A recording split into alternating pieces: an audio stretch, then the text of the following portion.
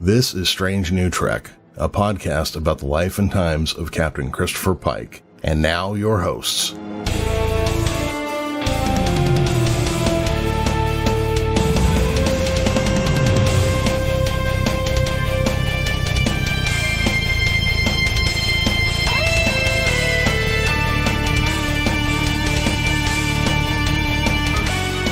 Space is full of mysteries, both biological and technological. It's also a lot like a European beach with rusty old balls hanging around. Stardate, Discovery Season 2, Episode 4.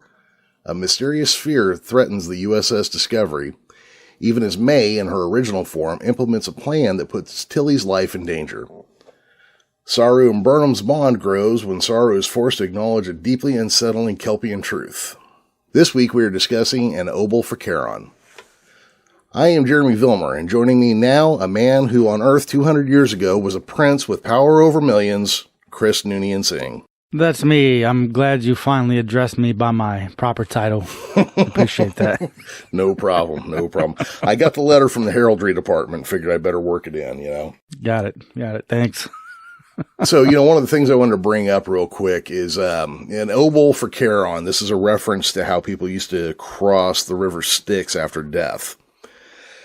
They would put a coin in the dead man's mouth before they buried him. And the idea being they would get on the ferry, be able to pay, and then they get to the afterlife. Mm-hmm. So I had a cousin who was close to my age when I was a kid, and he died when we were in our early 20s. And when he was cremated with my little brother's next-gen communicator badge on his clothes.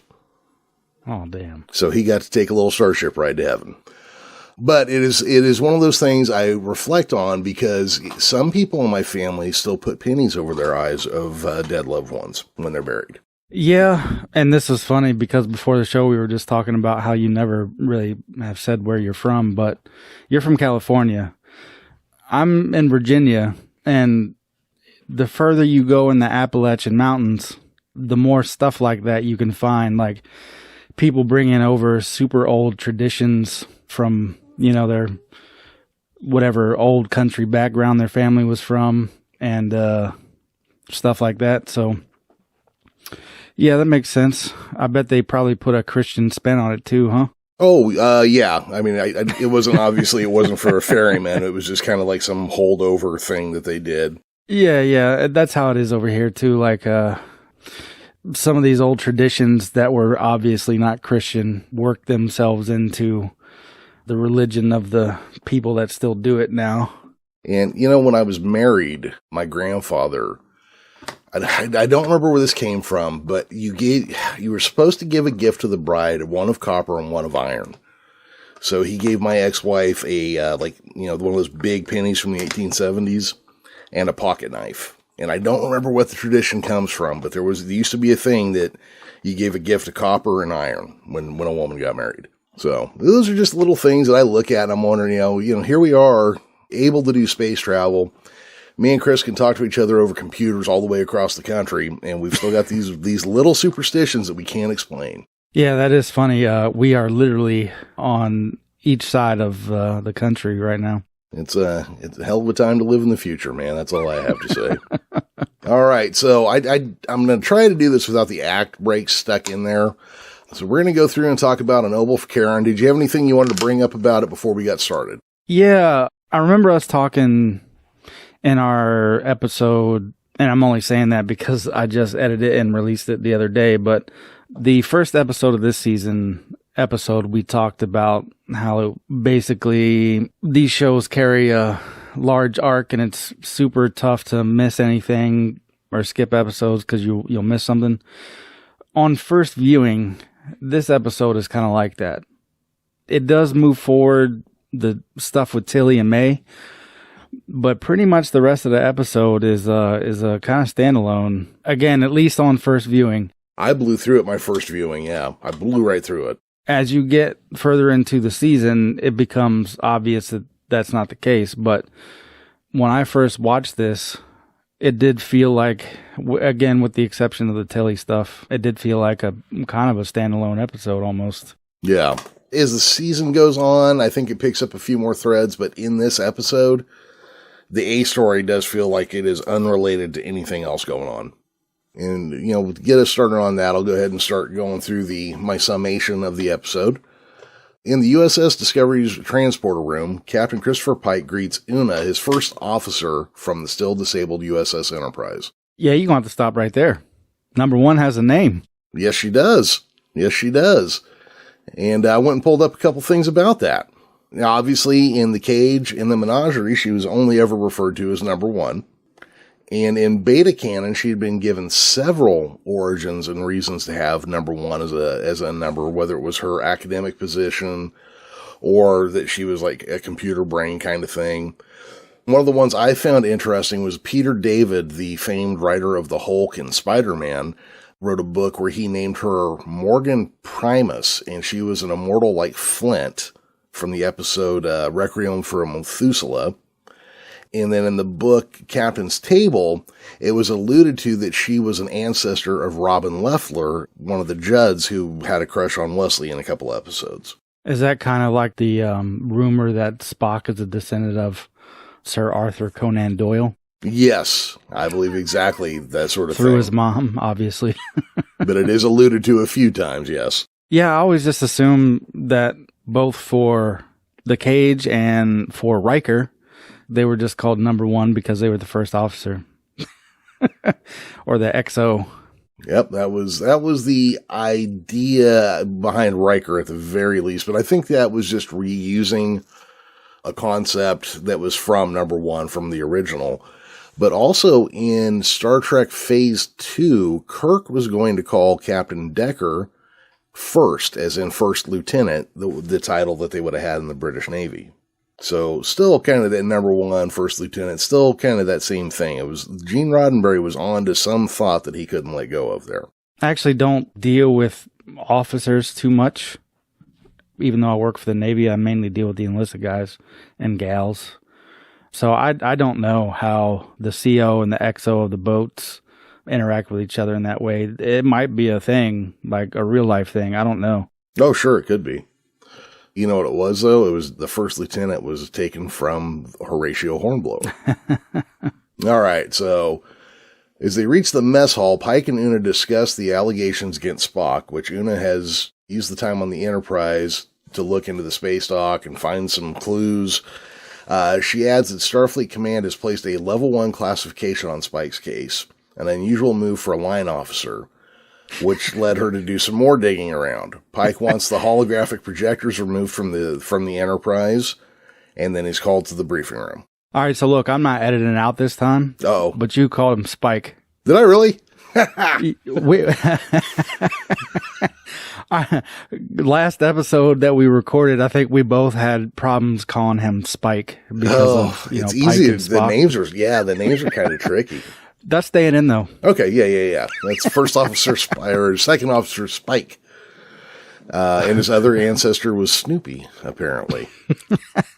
I did like this reference to having his chief engineer rip all the holographic projectors out of the ship. So I have made reference to Battlestar a bunch. And in fact, even going back to our episode on the first episode of this season, I even referenced Battlestar. But this is a Captain Adama move where, if you know anything about the reimagined Battlestar, they kind of don't allow any network systems on their ship. This seems like another iteration of that kind of thing. Yeah, I remember the couple episodes of Battlestar Galactica I watched. They had like old school telephones. Oh, those are telephones that you will find in real life submarines and ships right now. Yeah. And they also had point-to-point text communication where it would print out on a piece of paper. Yeah. And if you remember in the miniseries, the Secretary of Education comes on board and has like basically a BlackBerry type cell phone. And he's like, nah, you ain't bringing that on board. That's a network system. Oh, the BlackBerry. That scene right here just feels very much like that Battlestar scene that I was just talking about. Yeah. You know what I liked about it though? Because it's one of the first steps they took to, people were complaining, the old ships on Star Trek didn't have holographic projectors. Well, now we know why the Enterprise did. And he's like, nope, get those off my ship. You know what? That is a good in-universe way to get around that issue for sure. I like it. Yeah, no, I liked it quite a bit. I hadn't even considered that while I was watching it. Yeah, this season does a lot of little course corrections. None that really beat you over the head until you get to the very end, but a lot of little steps here and there just to kind of go like, okay, we heard you. It's not like the original series, so we'll bring it a little closer in. What do you say? All right, so now we're going to head down to the engineering. The multidimensional fungal parasite removed from Sylvia Tilly sits inside a quarantine chamber. It's just a fun sentence to say, really. I always forget her first name is Sylvia. So do I. I think of her just as Tilly. Yeah. She doesn't really need like a first or a surname or something. She's just Tilly. No, she's like the Cher of Discovery, man. Yeah, she only exactly. needs the one name. Well, you say Tilly, everybody knows who you're talking about. Yeah. Yeah. Paul Stamets remarks that it should be given a name other than May, and that while it looked like a formless blob, it was one of the most sophisticated life forms Stamets had ever encountered. It was sentient, and it had intentions. Tilly wonders aloud why it appeared to her as May Ahern, leading her to think about the real May that she had met when she was 14. Tilly thinks that she had not been the kind of friend that May needed, not even knowing that she was dead. Yeah, it's a pretty bad friend if you don't know that a person's dead. Yeah, but I mean, like she says in a previous episode, though, she met May when she was 14 and only was around for like 6 months. So, I mean, to be fair, that's not a real long time to really become great friends with somebody. No, absolutely not. I think she was kind of beating herself up for the wrong reasons there. Oh, yeah, for sure. In the Ready Room, Michael Burnham reports that she has cross-referenced the Red Angel with all known winged and avian life forms in the Federation. No matches. When asked for his opinion, Saru, clearly looking ill, apologizes as he was awoken early fighting an acute rhinovirus. Corona. It's got to be space corona, right? Space corona. Let's talk about this referencing Burnham does. They have a decent picture of the Red Angel, and it's obviously a humanoid in a suit. I would agree with you. So why Burnham would be looking for winged and avian life forms in the Federation makes no sense to me. I mean, maybe it's just because they didn't have nothing else to go on, I guess. She's assuming that there's wings underneath inside the suit, I'm guessing. I don't know. Even though in that picture, like in episode 3, I think, when Amanda comes on board, when Amanda and Burnham are talking in her quarters, it's like on the screen right behind them as they're talking, and it's a fairly clear picture of a red colored wasp type character. Very much so. Yeah, I don't know. I blew through this episode so quickly the first time I watched it that I'm seeing all this stuff for the first time as I'm watching it last night. So still, it was striking me almost new in ways. And I have to say, this is one of those moments that I just really didn't. So far, the Red Angel story has not hooked me in any way. Yeah, I could see that. It doesn't really start getting super good until, I don't know, a couple more episodes from now. Couple episodes still, yeah.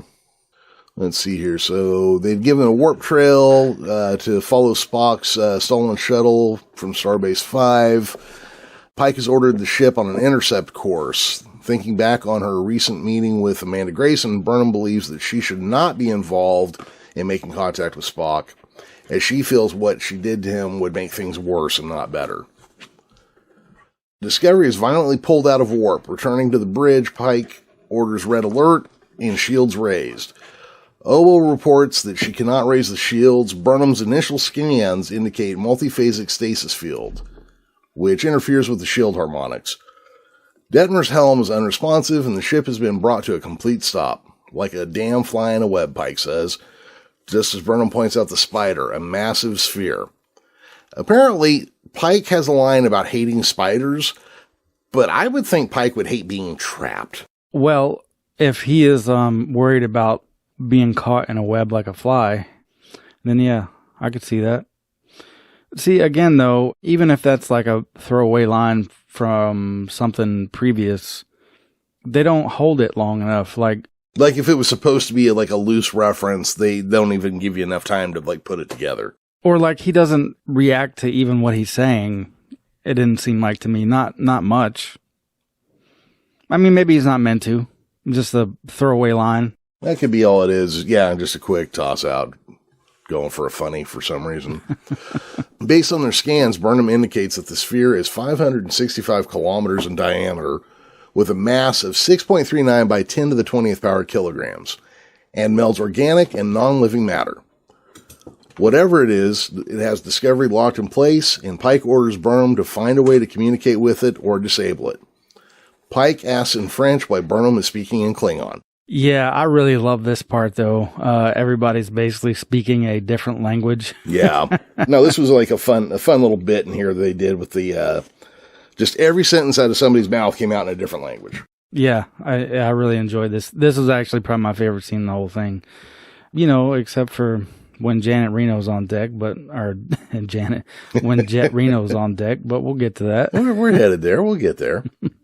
But yeah, this is like one of my favorite scenes in this episode. Returning to the bridge, Pike enters a scene of utter pandemonium, with the crew apparently speaking a variety of different Earth languages, including Norwegian, German, and Italian, and some non-human languages such as Andorian, Klingon, and then Burnham calls Saru to the bridge, because Saru, as they have said before, speaks 90-some-odd languages. Yeah, he speaks like 94. Yeah. So they call Saru to the bridge. As he enters, Pike welcomes him in Hebrew. And welcome to the Tower of Babel, he says. And Burnham, in Mandarin Chinese, remarks that Saru knows more languages than anyone on the ship. I guess it's fitting that Pike would mention the Tower of Babel while talking in Hebrew. Yeah. As the one guy who apparently still goes to church in the future. So Saru replies in the same tongue that he's fluent in 94 languages.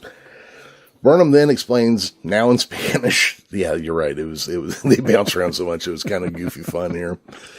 That the ship's universal translator has been infected with a computer virus, translating everything into different languages. Working through the various language barriers, Saru brings up the backup bridge translator, which will allow everyone who speaks English to be understood. Burnham believes that she can purge the virus from the translator's main interface, and though clearly unwell, Saru offers to help, remarking that Burnham would need a translator just to operate the turbo lift, which is kind of funny as well when you consider that. Oh, yeah, because Detmer at one point realizes her console is also in a different language, so yeah. I would imagine consoles being in a different language might be happening all over the ship, so that makes sense, yeah. Oh, yeah. Okay, so we're going to cut back over to the engineering lab. Tilly reports their section is unaffected by the virus and that she will report if anything changes. Pike tells Stamets that if they can't get away on conventional drives, they'll need to use the spore drive. Stamets acknowledges and orders Tilly to bring the drive online. Just then, Chris's hero, Commander Jet Reno, who had been rescued from the crashed U.S.S. Hiawatha, enters the room humming to herself, reporting that the universal translator for that section was no mas. As she works, Reno debates with Stamets on the reliability of standard antimatter and dilithium propulsion compared to the spore drive, mocking Stamets for thinking he can run a ship on mushrooms that I pick off of my pizza. Stamets retorts with the comparative cleanliness and renewability of the spore drive compared to conventional warp drive, and the ecological ruin of dilithium mining, and the battles fought to corner its supply, and how pollution nearly destroyed the Earth 2 centuries ago. You know, before everything from toasters to whatever has solar cells put on them. That was to fight fossil fuels, according to Stamets. Yeah, but there's also a little throwaway line that she says in here, basically like, "Oh, you're just giving me all this crap because you couldn't think of a retort to me mocking you." Yeah. I like those two characters together, Reno and Stamets. And then Reno says that she could fix an analogy with duct tape, which was a great line. Yeah, actually, just as an aside real quick, I had never seen her stand up before, Tig Notaro. So I watched a little bit of it the other day. It's basically she's Tig Notaro in this show. Like basically herself. I haven't seen a whole lot of what she's done, just a little like clips here and there. But that was the impression I had, was it almost to the point where you get a feeling she ad-libs her lines. It could be. Yeah, because like you can see that somebody probably wrote that whatever the intention is in, and then she just comes in and says it how she would say it. Yeah, I'm pretty sure she's just playing herself in this show. Yeah. At the computer mainframe, Burnham and Saru, now conversing in Russian, have isolated the communication system and managed to restore the universal translation system on all decks. Just as Burnham reports their success of the bridge, Saru collapses to the deck, clearly ill and more than a simple cold. Burnham calls the bridge, asking if the sphere fired on them, while Saru wants to return to the bridge to find out what is happening. Burnham instead takes him to sickbay. Not really that hard of a decision, I would say, at that point. He's getting a little aggressive with everybody. Kind of belligerent in a way. Yeah, I mean, for him, for sure. Yeah, it was weird seeing him snap at people like that. Did you get shades of Pon farr from this? Oh, yeah, because that was all about the breeding, though, wasn't it? Yeah, it was a different thing, but the result was pretty similar. Yeah, I guess you're right. There is a few parallels here. Yeah, I could see that. I think Saru's thing is called Vihari. In engineering, the power surges, releasing bolts of energy through the local relays. The computer seals the engineering compartment to contain the damage, but while life support is operational, Reno warns the energy could ignite the oxygen in the air and cook them like French fries. Reno adds that the door could act as a ground and disperse the energy through the frame of the ship, but getting it from the relays to the door was going to be the tricky part. Stamets suggested linking the spore canisters, which contain an argon-xenon mixture he uses to prevent spore decay, as a makeshift lightning rod. Reno holds the transfer conduit up to the door and tells Tilly to hit the switch. As they flicker back on, Stamets checks on Tilly, whose hair is frizzled.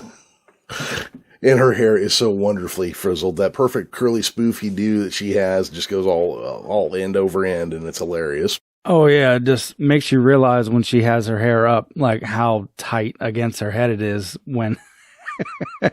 Yeah, my wife was like, man, I wish I had hair like that. I'm like, sure, until you had it, and then you would hate it, I'm sure. That's what before I went bald, that's what my hair was like. It was all like super tight curls, and it was a pain. It was horrible.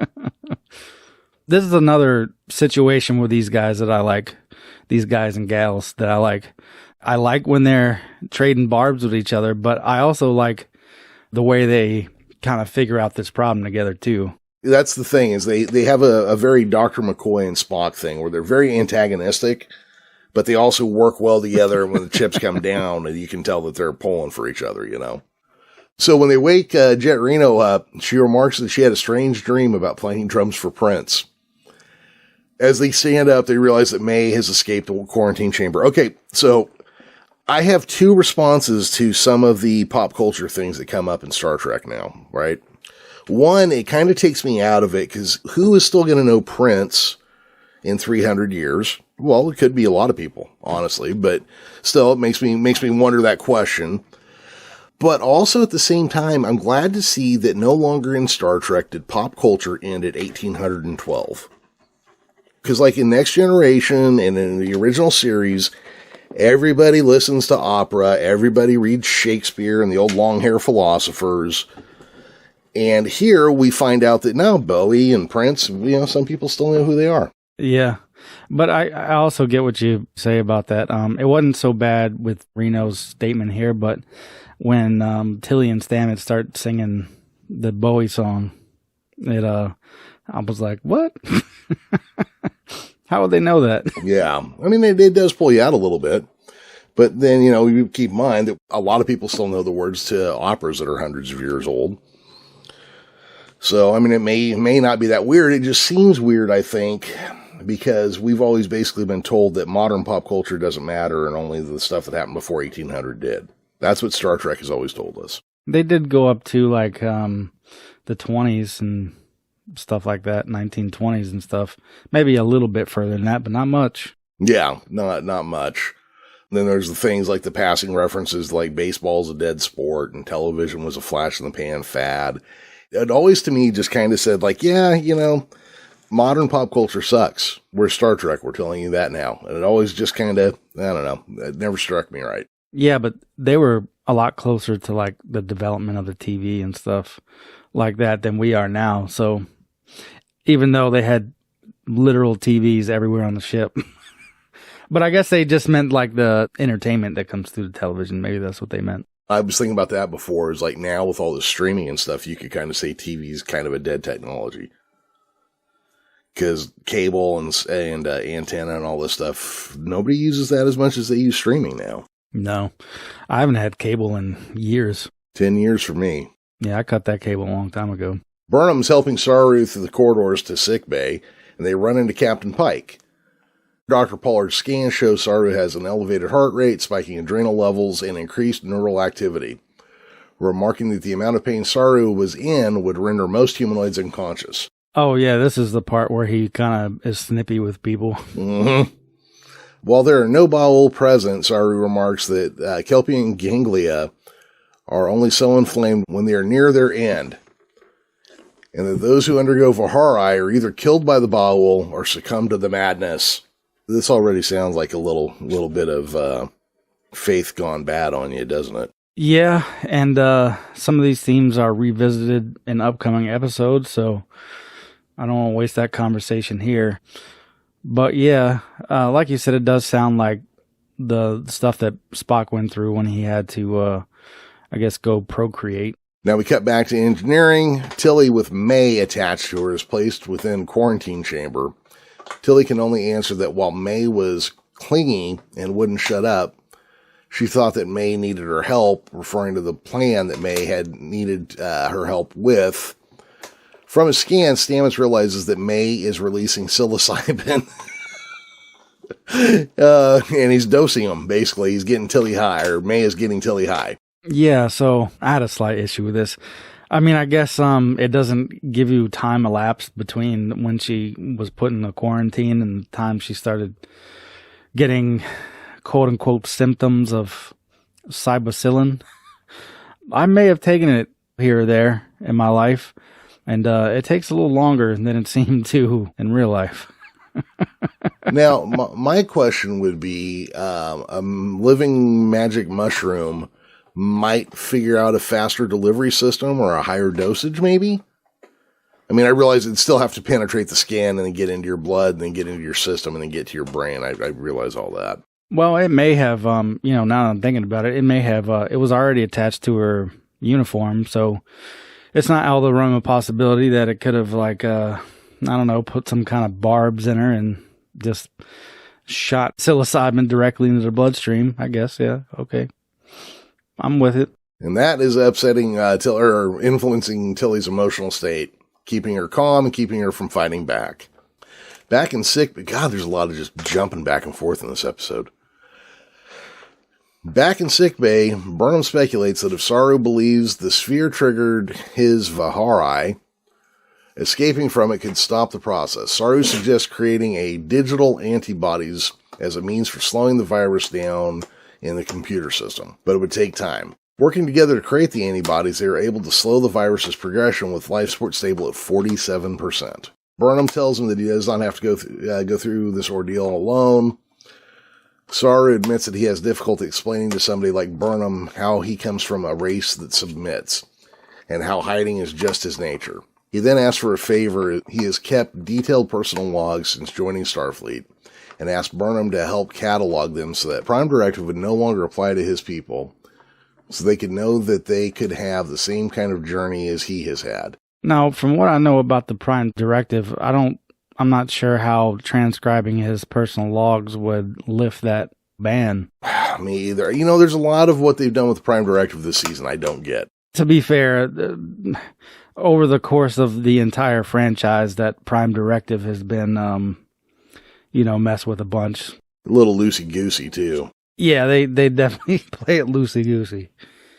So Discovery's not doing anything super weird about it, I don't think. Well, and I would say since the Baul are a warp-active species, that would mean any species they share with on that planet comes from a warp society. They just don't get access to it. Does it say somewhere that they are a warp-capable species? You know what, Chris? I'm going off my memory here. I'm pretty sure that was the thing, is that the Baul are supposed to be like the same technology level as like the Romulans or the Klingons or the Federation. Now, maybe I'm remembering wrong, but I'm pretty sure that's... No, you're right. It's not mentioned in this episode. You don't see that till later. But yeah, they are warp capable. See, okay, so he wants his personal logs cataloged, so that could magically, for reasons in the Prime Directive on his planet. Oh, and this is where they start hinting that the UV light might be bothering him for a particular reason. So he decides that he can work from the labs as Burnham works from the bridge. Obol reports that Spock's shuttle is reaching the edge of Discovery's sensor range, and that even with sensors at maximum, they would not be able to keep track on him for long. She learns from Stamets that he, Reno, and Tilly are trapped inside the lab and can't even reach the warp core, and that May has reattached itself to Tilly, taking her in and out of consciousness. When Reno remarks that they couldn't ask May what it wanted, Stamets suggests that perhaps they could, using the harmonic resonator he used to interface with the mycelial network, which could let May speak through Tilly. There's a lot of just babble.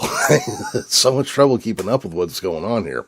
Okay, so Burnham, hearing this about the harmonic resonator, realizes that the sphere was trying to do this to the ship, basically, to use a method that it could get in and speak to them. And then Saru realizes that the UV is spelling out some kind of communication. This is where they decide that the sphere is dying and it wants to share what it's learned before it dies. Yeah, because it's not making first contact. It's basically making last contact because it knew it was about to die. And it had a lot of information to offload. Yeah. In the engineering lab, Stamets sets up the harmonic resonator, but the signal is weak. Unable to reach May. Reno suggests that they should do some trepanation. Basically, what it comes down to is they realize, hey, if we pop a hole in Tilly's head, we can get some of that magnetic resonance out of there and make it speak to us.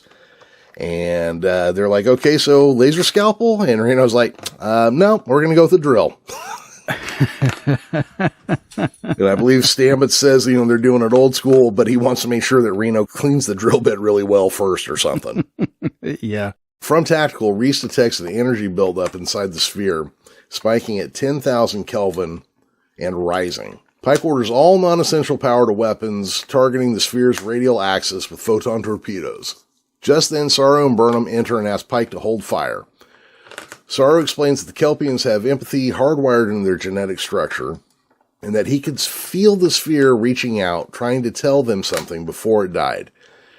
The sphere, he explains, was trying to use Discovery's computer to communicate with them, but it had overloaded the system with information. Pike is suspicious that lowering the shields could be what it needs to destroy them, but Saru insists that the sphere does not wish to harm them. Trying to prepare Tilly for the procedure, Stamets asks her to sing her favorite song, and they sing Space Oddity. And he pulls a pretty dirty stunt here. He gets her singing, and then he just pops a hole right in her head with a drill bit. Yeah, but I don't think it's not like Tilly was none the wiser. She watched it happen. Let's see here. Reno then places the implant. Stamets asks if they were trying to reach out for help. Oh, so May basically hints that there's something going on in the mycelial network, some thing that keeps coming and going and destroying and killing. And Stamets asks if she was coming to them for help. And basically she says, it's you, we came to stop you from destroying the mycelial network. And I had a flashback to Doctor Who this time. The episode where there's like like a puzzle box, and there's the Daleks and the the Cybermen and the rhino-headed dudes, and all these people come and say that, they're there to stop the destruction of the universe. And the Doctor says, oh, you came to me for help saving the universe. They said, nope, we came to save the universe from you. Like the Pandorica opens or something. Yeah, I know what episode you're talking about. Actually, I really wish I could get the Van Gogh style painting from that episode, because it's in the Van Gogh style, or Van Gogh, as Matt Smith and that keeps saying. I mean, that probably is how you say his name for real, but I've always just heard it as Van Gogh. But it's a Van Gogh style painting with the TARDIS exploding. Yeah, I think aside from like Day of the Doctor, that's up there with one of my favorite episodes of Doctor Who. I like that one because of all the time travel shenanigans in it, where it's all this stuff with the box, and hey, wait here for a minute. And, when they open it and Amy's sitting there and she looks at younger Amy and says, okay, kid, this is where it gets weird. All that stuff. I love that they're doing all that quick cuts and funny time travel stuff. But so I was having flashbacks to that moment. So they figure out that May is trying to at least figure out some way to fight off this monster that's attacking the Mushroom Kingdom. We cut back to the bridge, and Burnham reports the sphere's internal temperature is 10 to the 6th power. Kelvins and rising. Hey, you knock it off. The same temperature as the sun. indicating a possible core collapse. Pike ultimately defers to Saru and Burnham's judgment, but orders Detmer to prepare to overload the warp core and eject it to destroy the sphere if things go sideways, and to prepare to ride the resulting shockwave out regardless of whatever happens. They'd be pretty much dead in the water if they did that, though. As I understand it, I mean, I wonder, this is a question probably for another time, do you have impulse power without the warp core? Yeah, I was just about to say the same thing. I'm not sure if the impulse engines are tied to the warp core. Yeah, or does the warp core power... I think the warp core powers everything, doesn't it? I'm not 100%. Well, we will have to come back to that at some point. The transmission from the sphere completes within seconds before it detonates, but Detmer still has no control over the helm or even the warp core ejection. Pike orders full impulse, hard astern, but just as the sphere explodes, Burnham reports that it's a nanosecond before detonation. The sphere reversed the polarity of its stasis field to push the Discovery clear. In engineering, Stamets uses the plasma torch to cut open the parasite, which releases a puff of spores in his and Reno's faces. Then they start tripping. That's so funny, that scene, too. They pull Tilly out and then report to Burnham that Tilly was all right. With the sphere gone, Saru tells Burnham that it was now his turn and asks her to take him to his quarters. In his quarters, Saru shows Burnham a flower from his homeworld, which he grew to mark the passing of seasons on Kaminar. He points Burnham to a Kelpien knife he kept in a drawer, a keepsake to prune his flowers, and asks her to use that to sever his ganglia. That sounds rough. You gotta be really close friends to cut off somebody's ganglia, Right. Yeah, you wouldn't just ask anybody. No, you got to go to your bestie on that one, dude, I need some help with my ganglia. So he could die in peace before the pain and madness overtook him. Saru is apologetic, knowing how many people Burnham has lost already, and that he would do it himself, but he was too weak. After all they had been through together, Burnham admits that Saru was like family to her. Saru feels the same, that Burnham had taken the place of his younger sister, Serana, on Kaminar, and that this knife had been his sister's. Yeah. So one thing that I didn't understand about this scene is when she goes to cut them off initially, like she can't do it and starts crying. I don't think that Saru ever said, if you cut my ganglia off, I'm going to die. So I was real unsure as to why she would be super emotional about that. Maybe this is the moment where she started crying and never stopped, because I hear from people on the internet that's what this show is about. I mean, sure.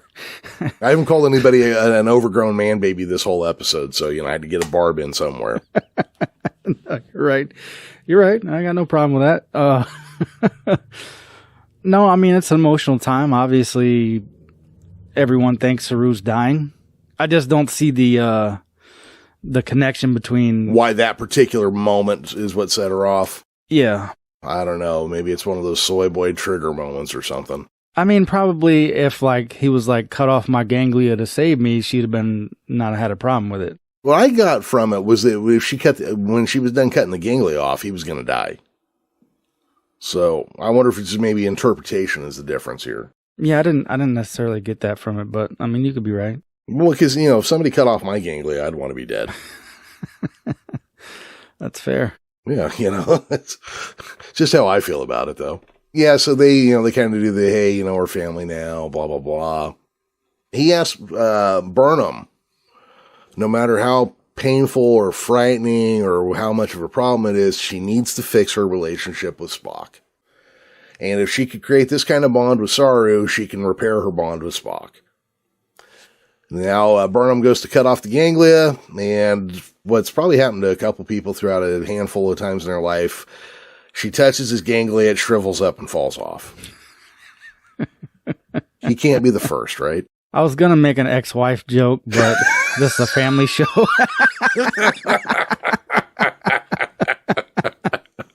Oh, God, yeah. Hey. Yeah, she thinks it's funny too, man. Dogs don't even get married. What are you barking at? The two share a confused but relieved laugh. In sickbay, after consulting with the doctor, Saru is declared fit for duty, and he realizes his people's history is a lie. He may need to break his promise to Giorgio, but he needs to go home and help his people. Yeah, I mean, it definitely throws their whole way of life in kind of a different thing. Everything he believes about their ecological system, pattern of living, everything has just been revealed to be full of Andorian baloney. Saru does mention at least once or twice in this episode that the change that he's going through happens regardless of whether his people are getting cold or not. So do the Kelpiens kill their folks before they get to the super mad stage? So much so that they've never just watched the thing run its course? Never actually seen somebody go mad? I think that's the implication. Huh. Because he doesn't really mention that when they're away from the Biol, they still go through it. So it just seems weird that none of them would just watch the process run its course. Yeah. No, it's it seems like everything has been full of it, including the fact that they've never actually seen it happen. They've just kind of been told maybe that that's what would happen. And here's the thing, you got to remember that they are such chicken shit capitulators that they probably only had to be told a time or two, and then they just fell right in line. Because you got to remember this whole episode up until this point, he was talking about how he keeps everything a secret because he's afraid of so much, and they just go along with everything, which I thought was like a really interesting alien trait. Here we have like the exact opposite of the warrior race. We've got the guys that are just like, yeah, whatever you want, it's all yours. Take my home world. Yeah, because, I mean, I think he mentions that technically there's no predators on his planet. His people just get cold. So they just submit willingly to all that stuff. Even though the Baul are supposed to be like the predatory apex predator race. But Saru says, I believe at some point, that they don't actually predate on the Kelpiens. Oh, that might be. They just willingly go. Yeah. You know what? I think you're right. I think that was what they were saying. Now, I think he says that in a later episode, maybe when they get to his planet, possibly, but, so it's a weird situation they got going on, but yeah, they'd have to be super big cowards to just never question it and go along with it for that long. Well, and that's the thing. That's what they're supposed to be. Let's see here. So Pike and Burnham, they're talking about the amount of information received from the sphere and that it's going to take Federation scientists hundreds of years to even study what's there. But Pike wonders, what was the cost? Because Spock left their data range and they can't track him anymore. But Burnham points out that the sphere, the last thing it tracked was Spock's shuttlecraft. So they actually know where it is for all the great conveniences, Okay, so this is also the part where she says that she wants to, fix her relationship with Spock. I felt like this was a little bit over belabored thing. She did that to him when they were both little kids. Yeah, but my impression was they hadn't spoken since then. Right. So, you know what? You do something like that, swallow your pride and go deal with it. You don't just sit around and, well, I hurt his feelings. I'll never be forgiven. You know what? You need to try. Especially since it's not like she was not in contact with any of the family in the intervening time. Yeah, exactly. you need to go try, So that was the thing I was a little irritated by at this point. Because you know what? Part of being a grown-up is you swallow your pride and go deal with the stuff you did. Wise man named Ron Swanson once told me that. Exactly. He was drinking scotch. That's right. Lagavulin. So we jump back to the science lab. Stamets remarks that it was time to close the door to the mycelial network and begins making the final calculations. Stamets and Reno try to tell Telly that she's still coming down off the hallucinogens, but she insists something is not right. Stamets realizes that May dosed them with psilocybin too, and tells Reno to slap him really hard across the face to focus him enough to get the med kit. Giving himself and Reno a dose of, what is this, impedrazine. Yeah. And so now they realize that they were tripping balls. That was kind of funny because they did a lot of little like cartoon work and happy moments and man, you have a great aura and all this stuff. They warped Jet's face a bit. Yeah. They're just like bending and tweaking things.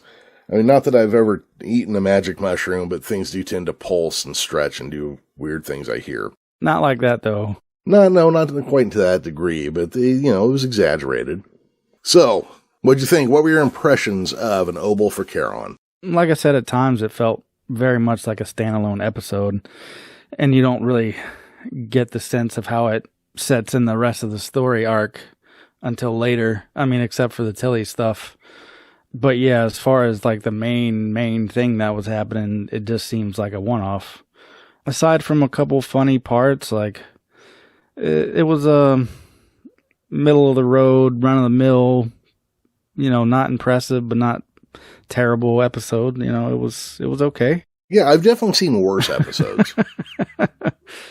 Especially when you watch the whole of Discovery, like it's saying something when they have a mediocre episode. I feel like I haven't seen too many where I felt that. And that was the thing, like last night when I was still kind of putting together the outline. I would normally go through and try to joke punch it a little bit more, but there was just nothing that jumped out at me to really go back to. Nothing that I really was excited to like try to rewrite something funny out of, Yeah. Then I kind of figured we could ad-lib some funny stuff in there anyway, so we'd be okay. But, it felt like a standalone episode, but it didn't even feel like the episode on New Eden, which felt like an old school TOS episode. This didn't even really give me that feel. This was just kind of like, here are 5 things we need to set up and go. Yeah, this actually felt more like a late Next Generation episode. Yeah, I could see that. That one where everybody's just like checked out and like, can I just have the script where I'm in it for like 6 minutes and then I get to go on vacation with my wife for 3 months before we shoot the movie? I mean, again, not that the late seasons of Next Generation were bad, but there's much better TV out there. No, it's just, you could tell there's episodes, you could tell who's checked out of the episode. You're just like, yep, he was done that week. He could not be bothered with any more of that at that time, Well, all right, Chris. So where are we headed next week? Oh, next week. A genetically enhanced soldier is hiding out in a dilapidated nightclub. His sister is infected with an unknown pathogen by a mysterious woman. With the help of Pike and his crew, he must escape in order to avert disaster and save his own life. Well, I think we've all been there. Oh, yeah. Yeah, for sure. All right. Well, Chris, that sounds like a great episode. I am really looking forward to that one. Yeah. All right, everybody, thank you for listening. If you have any questions, comments, or theories you want to run by us, head up our website at strangenewtrekshow.com or follow the links in the show notes for our episodes in your podcast app of choice. I want to give a special thanks to our Klingon friend Miguel Esparza, who wrote our theme song for Strange New Trek. And, thank you for listening. Don't forget to set your phasers to sun and to join us next time where we're on to the next planet of the week.